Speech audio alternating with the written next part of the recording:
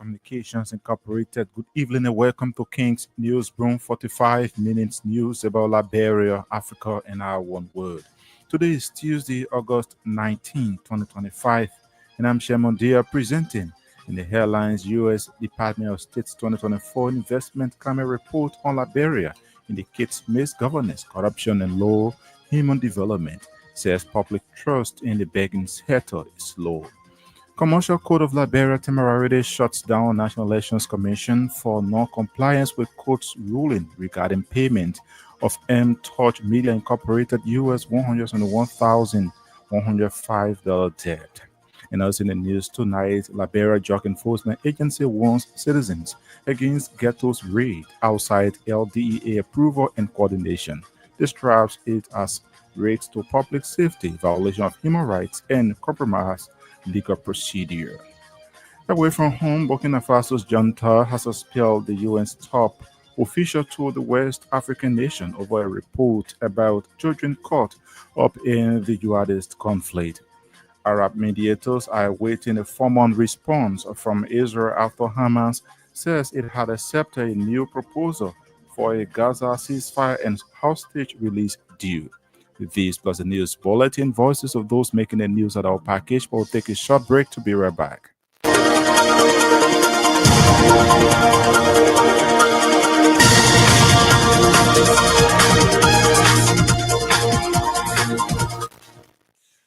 Welcome back at this juncture. We join Sam Andrews with the news bulletin. The United States Department of State has released its report on Liberia's 2024 investment climate, indicating low human development and corruption. According to the 2024 investment climate indicators, expensive and unreliable electricity, poor roads, lack of reliable internet access, especially outside urban areas, and pervasive government corruption constrain investment and development are high in Liberia. The U.S. Investment Climate Statement on Liberia noted that corruption and misgovernance continues to hinder growth, investment, and job creation, with Liberia's large commodities-based economy relying heavily on imports, even for most basic needs like fuel, clothing, and rice. The United States Department of State added that Liberia's GDP ranks amongst the lowest in the world, but the economy grew by 4.7% in 2023 and is projected to grow by 5.3% in 2024, noting that the public understanding of corruption in the public sector is high. At the same time, the report outlined low public trust in the banking sector and lack of access to business financing, noting that most cash are being held outside banks. It further indicated that the government is yet to activate its long-planned national electronic payment system known as the National Switch, meaning banking instruments like ATM and mobile money accounts remain unintegrated and are not interoperable. The Commercial Code of Liberia has issued a writ of execution against the National Elections Commission for its failure to pay a judgment debt totaling 171,000 or more to M-Touch Print Media Incorporated. The court, in its writ of execution, ordered the National Elections Commission headquarters in Sinka to be temporarily shut down due to non-compliance with the court ruling and failure to satisfy the outstanding obligation. The writ, signed by Associate Judge Chanchan A. Pega, authorized acting sheriff to seize and expose for sale National Elections Commission movable assets, land, goods, and charters to recover the debt show the access proof insufficient. The action, brought by Medtex Print Media Incorporated, represented by Vining family, stemmed from unpaid contractual obligations. Despite a final judgment rendered by the court on June 10, the National Elections Commission has reportedly failed to make payment. The rate mandates the personal appearance of National Elections Commission Executive Chairperson David Etta Brown Lassanan, including all commissioners, before the court if the debt is not settled properly.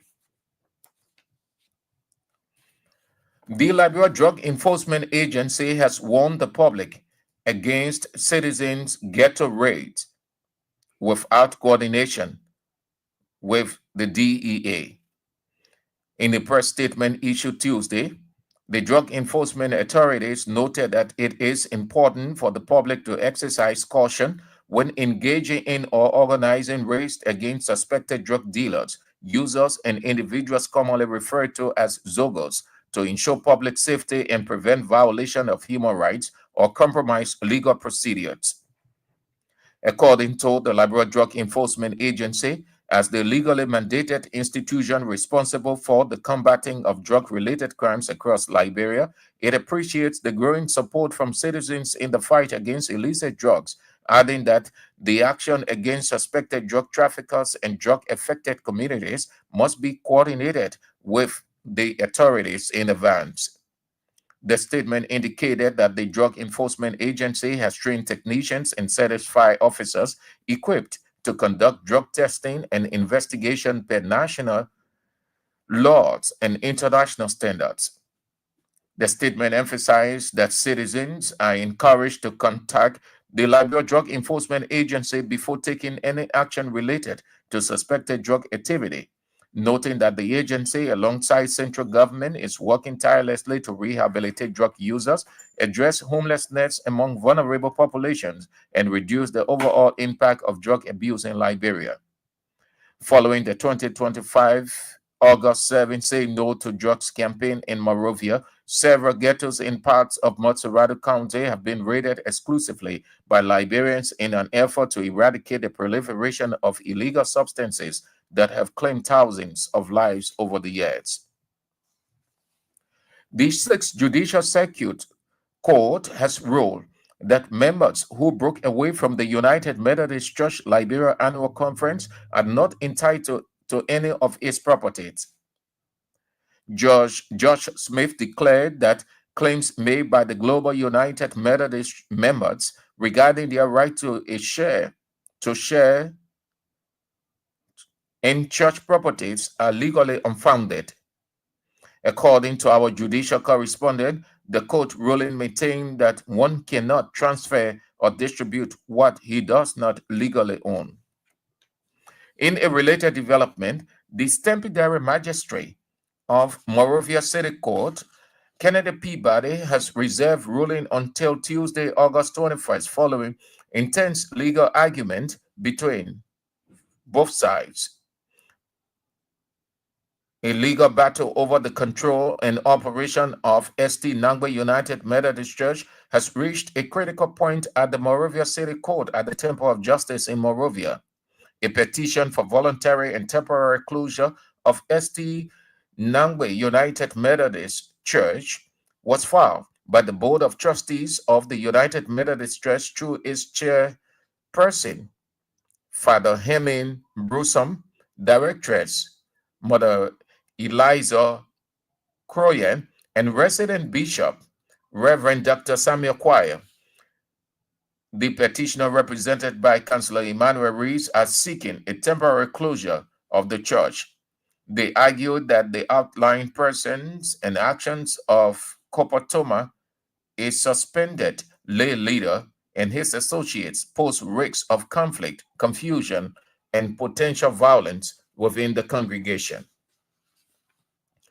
The Ministry of Finance and Development Planning has launched its 5-year strategic plan aimed at improving the mandate and accelerating its works and functions. Speaking at the launching ceremony, Acting Finance and Development Planning Minister Anthony Myers disclosed that the plan will address issues that arise from the merger of ministries of finance and planning, the bridging of the budget Bureau of the Budget, and the separation of the Department of Revenue to establish the Liberia Revenue Authority. According to Minister Myers, a lot has changed over the years, especially in coordinating, operating, and implementing the mandate and functions of the ministry. Also remarking, Deputy Minister for Administration Bill Magees Jones said the strategy is important to strengthen the confidence of the Liberian people, especially employees and the business community. He added that the strategic plan is crucial for the ministry because it will provide the roadmap for achieving the long term goal in enhancing decision making, pointing out resources mobilization and fostering a shared understanding of the objective of the ministry. The launching ceremony held at the conference of the ministry on Tuesday was launched under the theme fostering strategic priorities and objectives through evidence based planning for inclusive economic development. As climate financing becomes a vital resource for forest rich countries, the executive director of the Environmental Protection Agency said Liberia is moving swiftly to position itself as a credible partner in the global carbon market. Speaking Tuesday at the Ministry of Information, Culture and Tourism, Dr. Emmanuel Yakwawulo outlined an agenda aimed at solving climate funding, conserving forests, and building resilience. According to Dr. Yakwawulo, the Liberian government's ambition is clear, but challenges of concerns from the global carbon financing, which talk about governance and transparency, is key. He added that Liberia has signed a letter of agreement with the Coalition for Rainforest Nations on carbon strategy to provide partnership, support for the development of a national carbon market policy, and execution of a comprehensive forest carbon stock inventory, an essential step in measuring Liberia's climate assets and setting a zero for future transaction. Former Finance Minister David Fahad has called on the Liberian government to renovate the E.J. Roy building on Ashmore Street in Central Monrovia for the use of Liberians in terms of revenue generation.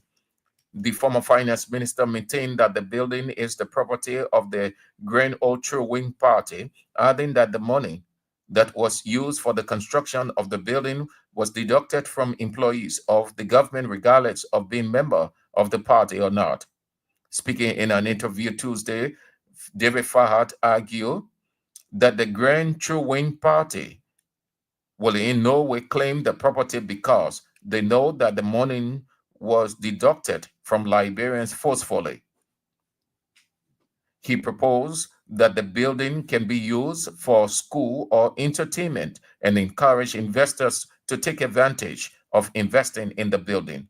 According to David Fahad, there is a need that the government should rethink its decision and reduce the high monies spent on renting buildings from private owners.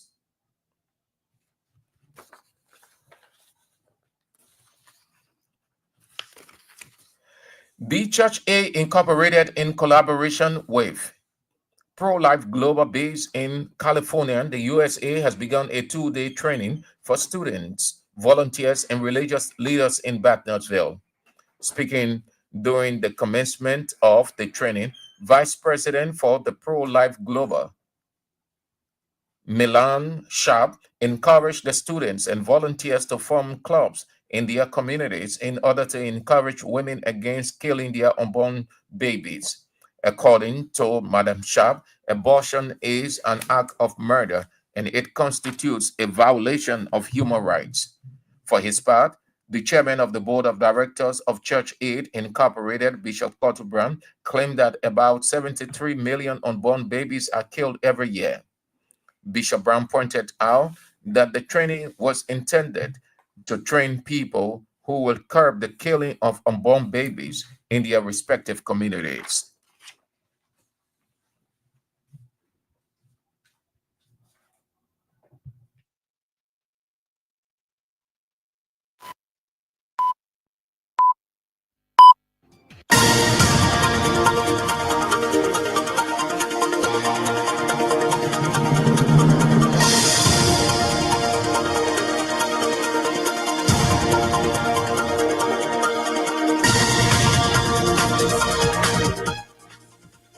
Semanjus with the news bulletin. The news bulletin is a regular feature on King's Newsroom. A reminder you're listening to King's Newsroom 45 minutes news about Liberia, Africa, in our one word. Stories to follow in tonight: U.S. Department of State's 2024 investment climate report on Liberia indicates misgovernance, corruption, and low human development, says public trust in the banking sector is low. Commercial Court of Liberia temporarily shuts down National Elections Commission for non-compliance with court's ruling regarding payment of M-Touch Media Incorporated US $171,105 debt. And also in the news tonight, Liberia Drug Enforcement Agency warns citizens against ghettos raid outside LDEA approval and coordination. This traps it as risks to public safety, violation of human rights, and compromised legal procedure. Away from home, Burkina Faso's junta has expelled a UN's top official to the West African nation over a report about children caught up in a jihadist conflict. Arab mediators are awaiting a formal response from Israel after Hamas says it had accepted a new proposal for a Gaza ceasefire and hostage release deal. We'll take a break to be back with voices of the newsmakers.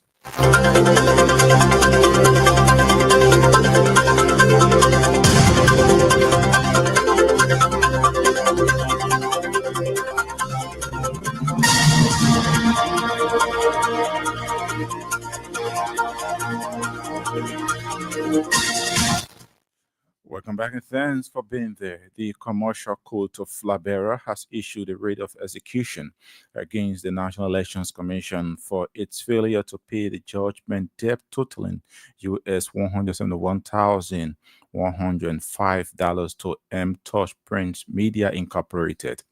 The court, in its writ of execution, ordered the next national headquarters in Cinco to be temporarily shut down due to non-compliance with the court's ruling and failure to satisfy the outstanding obligation.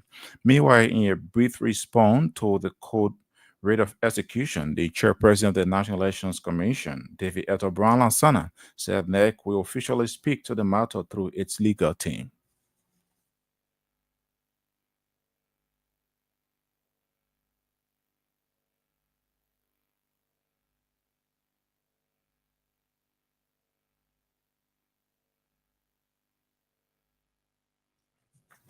We'll bring you that except in our subsequent newscast. The Ministry of Finance and Development Planning has officially launched its 5-year strategic plan aimed at improving the mandate and accelerating its works and functions. Speaking at the launching ceremony, Acting Finance Minister Antonin Myers disclosed that the plan will address issues that arose from the merger of the Ministries of Finance and Planning, the bringing of the Bureau of Budget, and the separation of the Department of Revenue to establish a Liberia Revenue Authority. According to Minister Myers, a lot has changed over the years, especially in coordinating, cooperating, and implementing the mandate and functions of the ministry. A true imparted building. That building, we all build it, all the Liberian people. The government, now, all the government to try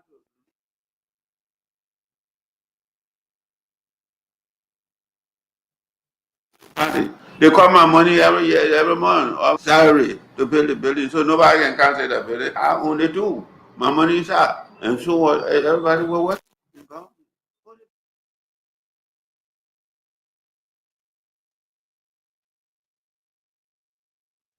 The building. That building, we all build it, all the Liberian people. The government should call for them now, or the government to try to. We sincerely apologize for that wrong accept. The Church Aid Incorporated, in collaboration with the Pro Life Global Base in California, USA, has begun a 2-day training for students, volunteers, and religious leaders in Brownsville. Speaking during the commencement of the training, Vice President of the Pro Life Global, Melanie Sa- Salazar Sharp, encouraged the students and volunteers to form clubs in their communities in order to encourage women against killing their unborn babies. Babies were still being legally killed.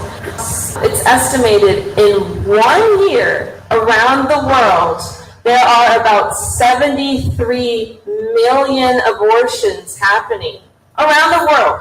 1 year. And that's just the abortions we know about that are being reported. So God really opened up my heart to want to fight for the unborn throughout the world. So we have trained, I believe, about 8,000 people so far, mostly in your continent, Africa, and we've saved hundreds of babies. Building a culture of life starts with you. It starts in your home. It starts in your backyard. It starts with the decisions that you make today to be an influence for the people around you. It starts by being the change that you want to see. I want to encourage you that you too can fight for life. You could start a life team, a pro-life club in your school, in your community, and you can be an influence to help girls who may find themselves in unexpected pregnancies to walk with them throughout pregnancy and beyond. As pro-life people, we don't say, have the baby and good luck afterwards. No, we're pro-life. We say, I will be here with you every step of the way. About 96% of biologists agree that life begins at fertilization. And I know that humans create humans. Preborn, the unborn, the babies in the womb are human, and humans are valuable. We are equal. Whether we are born humans or preborn humans in the womb, the right to life, not just for born humans, but also for preborn humans, the humans in the womb. Abortion is killing. It kills a baby in the womb, either by starving the baby or dismembering the baby or giving the baby a heart attack. There's different types of abortion procedures, but every abortion kills a baby. And to try to be that light in the darkness, to speak for life in a culture of death, and to protect babies in the womb and help women throughout pregnancy and beyond. For his part, the chairman of the board of directors of the Church A Incorporated, Bishop Cottle Brown, claimed that about 73 million unborn babies are killed every year. The biggest investment anybody can have is in the building, the cars, education. What is it? Life. Without life, is there anything you can enjoy? Without life, you cannot enjoy anything. And the example is when you get sick. How many of you got really sick and you thought you would die? Why were you afraid to die? Tell me, what were you afraid to die? Because you don't want to lose your life. Life is precious. Now, we have different arguments in the world about how we sustain life, how we keep life. And we got different things that are working against our sustenance of life, keeping life. So, yeah, we are on a campaign several years now for the protection of life and family. Because the family is the factory for the production of what? Life. The family produce life, family keep life. So if those two things are undermined, then of course we have a serious problem in any society. So we run this campaign, and Church A has served 27 years this year. Church A is doing a lot of good things, around Liberia, in West Africa. Just in April, they were in Sierra Leone, on the protection of life and family. Then 2 weeks ago, and recently was in Ivory Coast, talking to about 600 women in the Ivory Coast on the protection of life and family. So we are here this week. We invited a group in the U.S. called Pro-Life. And one of the things that they're doing, primarily Pro-Life Global, there's an estimate that about 73 million babies are killed every year in the world. And it's a goal of Pro-Life to train 73 million lifesavers to protect 73 babies from being killed every year in the world. We invited them to come and be with us here this week so they can help our young people to learn about how they can protect life and family. He's Reverend Bishop Cottle Brown, the chairman of the board of directors of the Church A Incorporated. Ella, you heard the voice of Melanie Sharp, and she's the vice president of the Pro Life Global. The political leader of the Liberian People Party, Castontia Wangonglo, has criticized President Joseph Boakai for what he described as the president's huge delegation to Japan political conference. Speaking about the government delegation, the renowned human rights lawyer termed the trip as waste of money, noting that Liberia, as the third poorest country in the region, should go for things that will bring positive impact rather than wasteful spending. Liberia has the largest delegation in Japan. It is higher than South Africa, than Nigeria, than Egypt. And somebody can come and counter that. You know, when I campaign, I always talk about Botswana. Botswana delegation is led by the vice president, who is also a minister of planning and economic development. And you mention no other minister. This is the first time, not even unaware, that carry a large delegation. You have 12 ministers. There are 20 ministers. 12. That's more than 50% of the ministers going. So no job here. I was just at one hotel and I saw a congressional delegation. Who are they going to meet? Congressional delegation from the United States come in, and you take the whole government and take up. Most often, that type of diplomatic delegation, congressional delegation is a high power delegation. They could meet the vice president. They could meet the vice president. But your trip is much better, and the country is taking at a higher level in terms of showing respect for the other country if they just even greet the president. Now, the president could have met them yesterday because they've been here before yesterday and could have gone yesterday. The president of South Africa left yesterday. Several delegations left yesterday. Why did we leave on the 16th? But you have to weigh the cost of the 10 poorest country spending its money that way compared to Botswana, not listed among the 10 poorest countries in the world. That is virtually a middle income country now. Using his money wisely and say only the vice president, who is also minister of planning, finance and economic development, will go with lower level people. The size of the delegation is not named, but the research shows that what's the largest delegation in Tokyo? Liberia. But that falls within the extradition treaty. That's crime. It's not a political offense. He's the political leader of the Liberian People Party, Councillor Tiewo Ngonglo. Former Finance Minister David Fahad has called on the Liberian government to renovate the E.J. Road building on Ashman Street in Central Monrovia for the use of Liberians in terms of revenue generation. The former finance minister may think that the building is the property of the Grand Orange Party. However, the money used for the construction of the building was deducted from employees of government regardless of being a member of the party or not. Fahad argued that the Jewish party will in no way claim the property because they know that the monies were deducted from Liberians forcefully.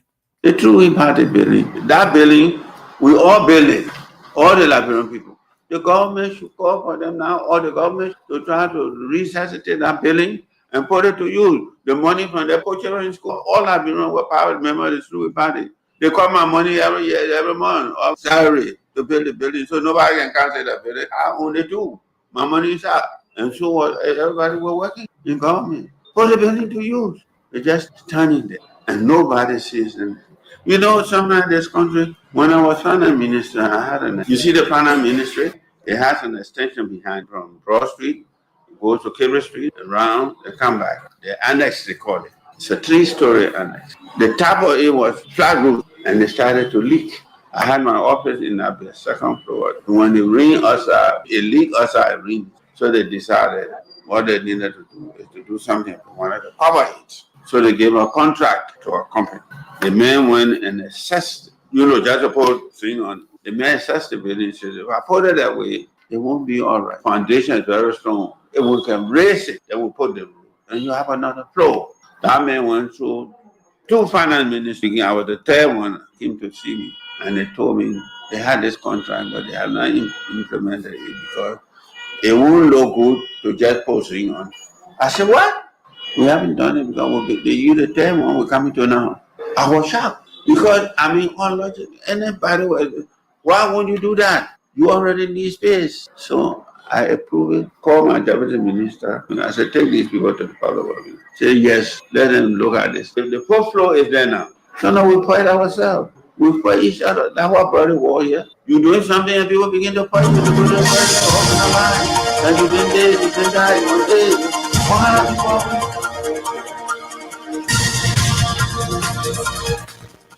Former Finance Minister David Faha there speaking. A reminder you're listening to King's Newsroom 45 minutes news about Liberia, Africa, and our one world. Stories we following tonight. U.S. Department of State's 2024 Investment Climate Report on Liberia indicates misgovernance, corruption, and low human development. Says public trust in the banking sector is slow. Commercial Code of Liberia temporarily shuts down National Elections Commission for non-compliance with court's ruling regarding payment of M-Touch Media Incorporated US $171,105 debt. Liberia Drug Enforcement Agency warns citizens against ghettos raid outside LDE approval and coordination. Describes it as risks to public safety, violation of human rights, and compromised legal procedure. Away from home, Burkina Faso's John Tai has expelled the UN's top official to the West African nation over a report about children caught up in the jihadist conflict. Arab mediators are awaiting the formal response from Israel after Hamas says it accepted a new proposal for a Gaza ceasefire and hostage release deal. We'll take another break to be back with more voices.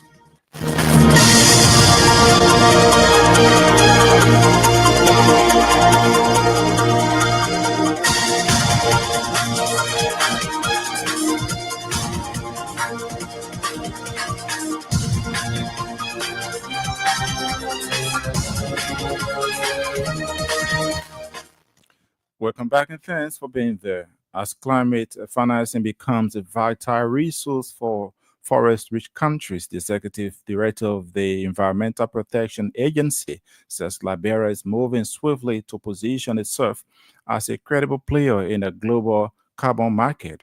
Speaking Tuesday at the Ministry of Information, Cultural Affairs and Tourism, Dr. Emmanuel Yuri Yakbawulo outlined an agenda aimed at solving climate funding, conserving forests, and building resilience. According to Dr. Yuri Yakbawulo, the government of Liberia ambition is clear, but challenges of concerns from the global carbon financing, which talk about governance and transparency. The National Climate Change Steering Committee mandated the Environmental Protection Agency to lead the development of developing carbon market policy and closely assisted by the Forestry Development Authority when it relates to carbon that is stored in the forest. Since that directive, the EPA, the FDA, and partners have been working tirelessly to develop both the policy framework and the climate change legislation that will govern Liberia's participation in the global carbon market, partnership with Coalition of Rainforest Nations. To strengthen this process, the government of Liberia signed a letter of agreement with the Coalition of Rainforest Nations. This partnership, CFRN, is providing technical assistance to support the drafting of Liberian carbon market policy as well as conducting a comprehensive forest inventory to determine Liberian carbon stock. This stock taking is essential as it will establish the baseline of the country's natural capital in terms of carbon storage and set the stage for future participation in the international carbon market. On a capacity building, recognizing the importance of this national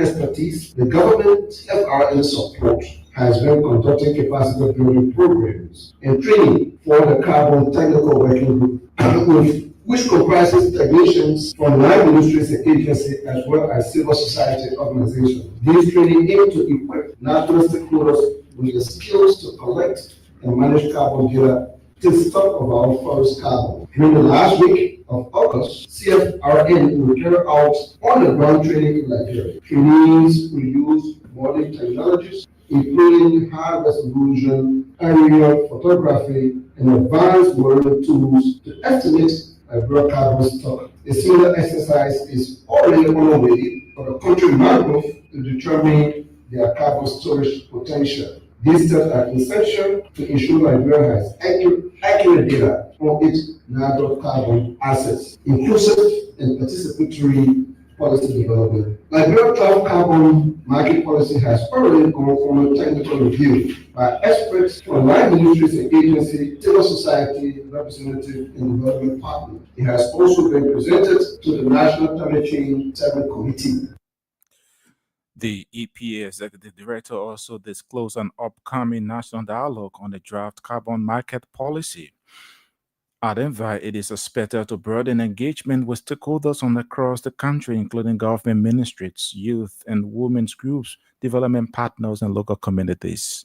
In addition, the National Climate Change Steering Committee Secretariat, which is situated within the EPA, has carried out public consultation in 7 of Liberia's 15 counties, gathering input from local leaders, county authorities, and community representatives. The rest will be covered very soon. These consultations are central to ensuring that the policy reflects the view and needs of ordinary Liberians, especially those whose livelihood depends directly on forests and natural resources. The upcoming national dialogue to build on this momentum and ensure full national ownership. The EPA, along with its partners, under the auspices of the National Climate Change Steering Committee, will convene a national dialogue on the draft carbon market policy from August 21st to 22nd, 2025,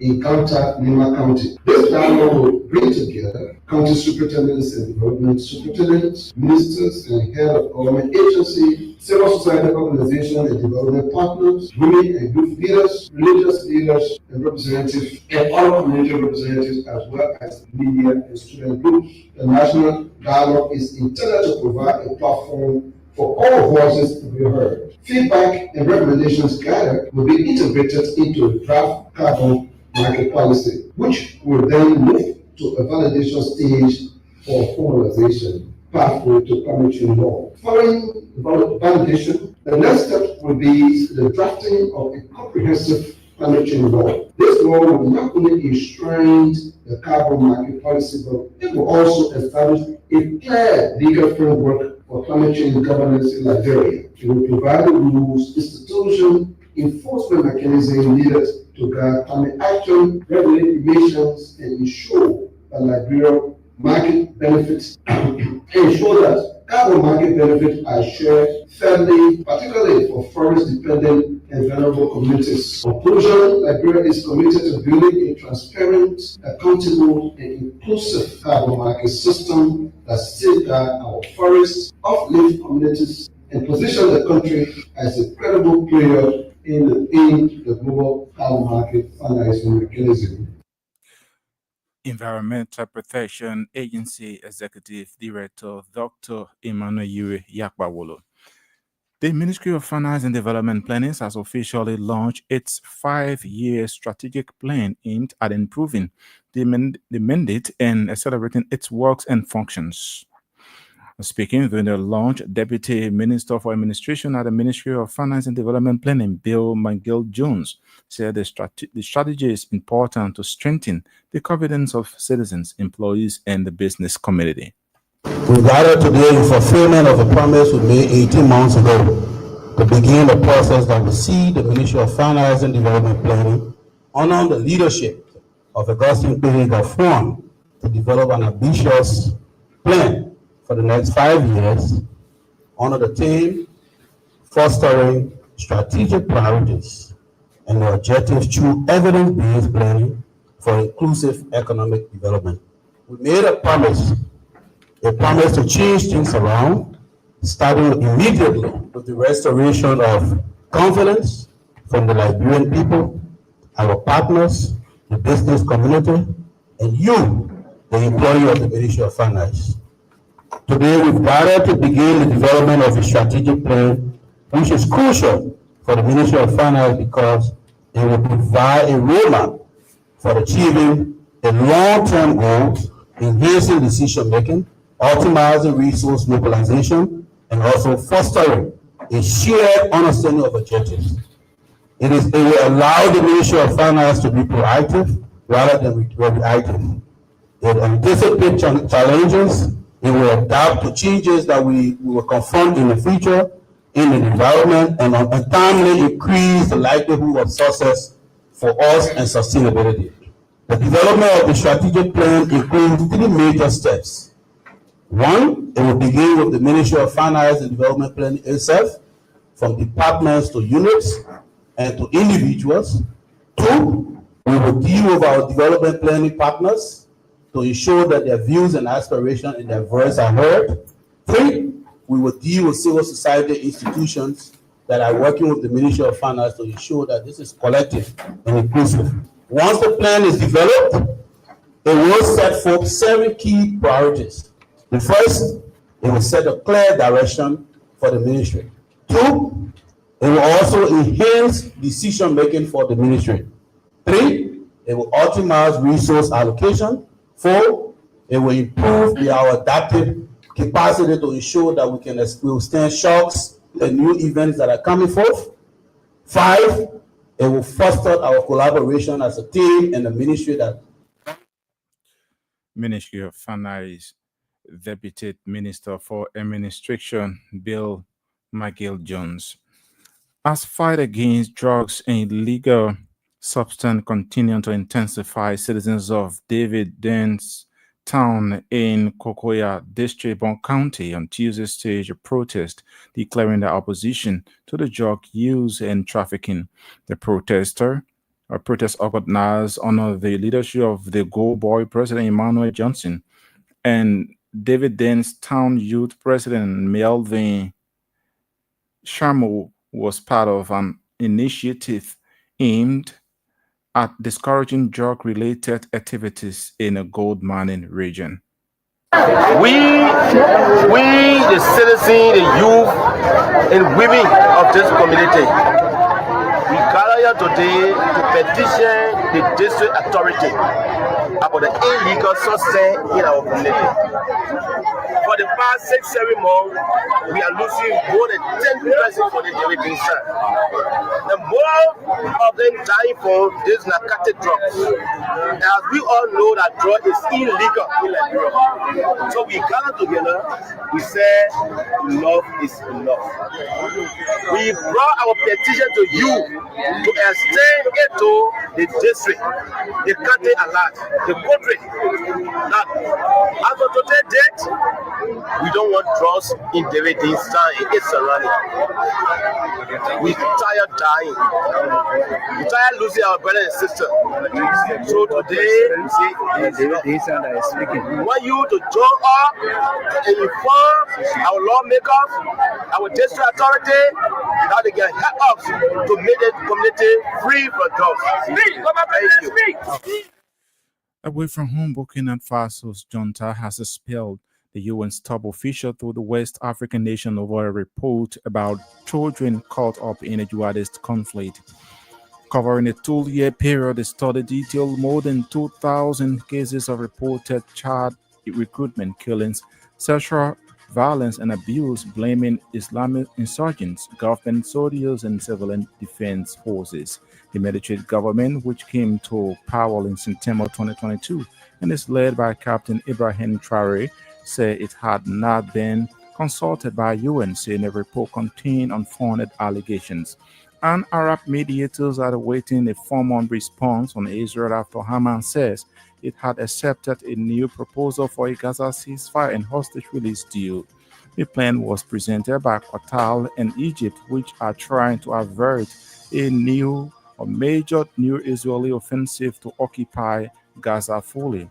Qatar said it was almost identical to a U.S. proposal for a 60-day truce, during which around half of 50 hostages held in Gaza, 20 of whom are believed to be alive, will be handed over, and the two sides will negotiate a lasting ceasefire and the return of the rest. Well, on that note, that's how we come to a near end of this edition of King's Newsroom. But before we leave, a quick reminder of stories we followed in the headlines. U.S. State Department of State's 2024 Investment Climate Report on Liberia indicates misgovernance, corruption, and low human development, says public trust in the banking sector is low. Commercial Court of Liberia temporarily shuts down National Elections Commission for non-compliance with court's ruling regarding payment of M-Touch Media Incorporated US $171,105 debt. You also heard in the news Liberia Drug Enforcement Agency warns citizens against ghettos raid outside LDEA approval and coordination. Describes it as risks to public safety, violation of human rights, and compromised legal procedure. Away from home, Burkina Faso's junta has expelled the UN's top official to the West African nation over a report about children caught up in the jihadist conflict. Arab mediators are awaiting a formal response from Israel after Hamas says it had accepted a new proposal for a Gaza ceasefire and hostage release deal. Many thanks to our reporters, correspondents, and all those who helped in making this edition of King's Newsroom a success. Sam Andrews brought you the news bulletin. Nathan Topas had a control and handled the technical aspect of this edition. On behalf of the team, I'm Shemon Dale. I presented. Thanks for listening and watching.